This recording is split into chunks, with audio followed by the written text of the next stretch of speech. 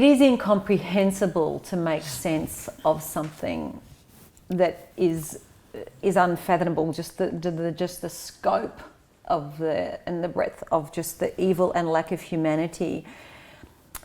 When you look back at that period of time and how it impacted you as a human being, and to be able to go on and create a life where you didn't live in bitterness your whole life, because it would be very easy just to dwell in a place of being bitter. How did you move on from that to create, I know you've, family and the work that you've done with the Holocaust Centre and... Well, to begin with, seeing that you survived, you wanted to live, of course, and make a living. Well, you were left with nothing, with the clothes from the camp when you were liberated, yes? So, in the DP camp, life began there. DP stands for what? Displaced persons. Right. The news were also that Australia is looking for people, and we can register if I want to go to Australia. I had no choice whether I want to go to Melbourne or Sydney, but what's the difference? I don't care.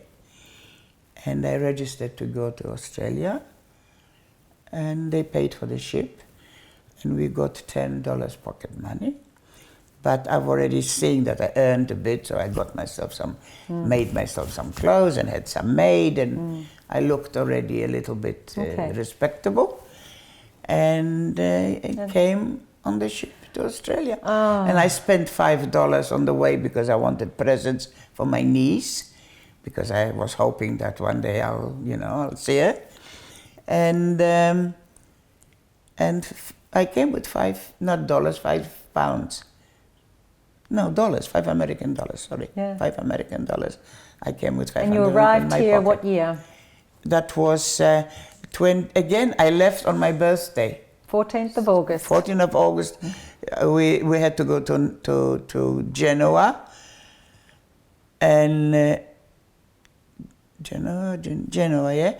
And we arrived here, and the ship left a couple of days later, and we arrived on the 17th of September, 49. Well, Saba, thank you so much for sharing that story. I know your experiences.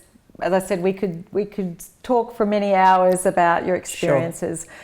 I think in terms of just the lessons learnt on life, there'd be so many from having survived something as brutal as that, having been somewhere, seeing people just murdered as you did, so having bodies dying around you. Did you feel it hardened you at all? Well, I would say to a degree it made me strong. Don't know whether hardened, but made me strong. Look, for a young person to see dead bodies is not easy. But when you see one, you see two, then the third one doesn't make such a big impression anymore.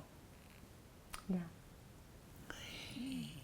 But I think definitely that I'm stronger. And as far as hate, I forbid to use that word in my family. I said, you don't hate food, you don't hate anything. You don't like it, you dislike it, or you'd rather not have it, or you'd rather not see it, but you don't hate it. Hate is a word I don't want to hear. And I don't use it either. So, what's the good of hating? Yeah. It only ruins you, doesn't give you anything. It doesn't. And I have no doubt at all that your daughters and your family and all of those who know you, have been incredibly inspired by your strength of character, because you have a very strong character. And yeah, I definitely say so, that I am.